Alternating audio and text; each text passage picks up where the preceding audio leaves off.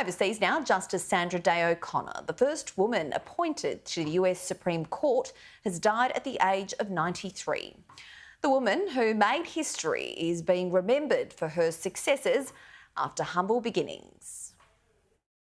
Sandra Day O'Connor grew up a cowgirl from Arizona, 25 miles from the nearest town. I tend to be a bit of a pragmatist, probably, because we had to solve all our own problems out on the ranch. If the truck broke down, we had to fix it. If some animal needed medical attention, we had to provide it. There wasn't much we didn't have to do.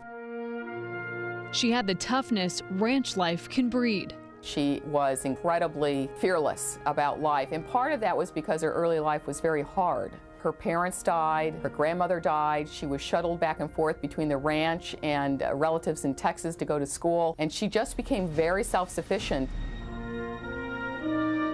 O'Connor went to Stanford in the same law class as future Chief Justice William Rehnquist. They dated for a time and he even proposed. She turned him down, but they stayed lifelong friends.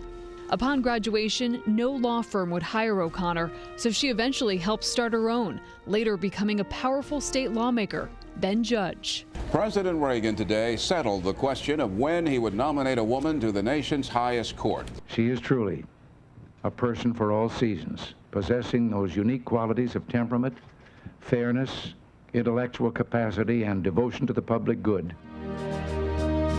In 1981, President Ronald Reagan nominated her to be the first woman on the Supreme Court. The Senate confirmed O'Connor unanimously, 99-0. In 1988, the justice survived a breast cancer scare and returned to work just 10 days after surgery. Her dry Western wit remained intact. The worst was my public visibility, frankly. There was constant media coverage. How does she look? When is she going to step down and give the president another vacancy on the court? Over time, O'Connor became known as a moderate conservative on the court and often the swing vote on hot-button social issues, a reference she didn't like.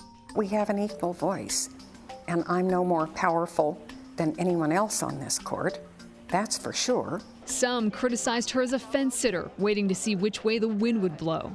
Those would be the people who have never met her. Anybody who's met her knows that she makes up her own mind and she's not at all concerned about where anybody else is on the spectrum. Her most well-known votes: upholding abortion rights in Planned Parenthood versus Casey, supporting the University of Michigan Law School's affirmative action program, and siding with her conservative colleagues in favor of George W. Bush in Bush versus Gore.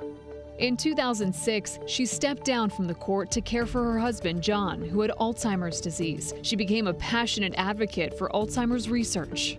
It does take a staggering toll on the families and the caregivers. I can certainly attest to that. In 2018, O'Connor revealed she too had been diagnosed with dementia and withdrew from public life. The retired justice was grateful, she wrote, for her countless blessings and experiences, including helping to break the glass ceiling.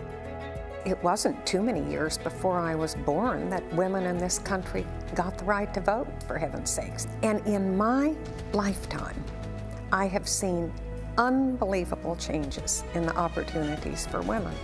I think it's important that women are well represented, that it is not an all-male governance, as it once was.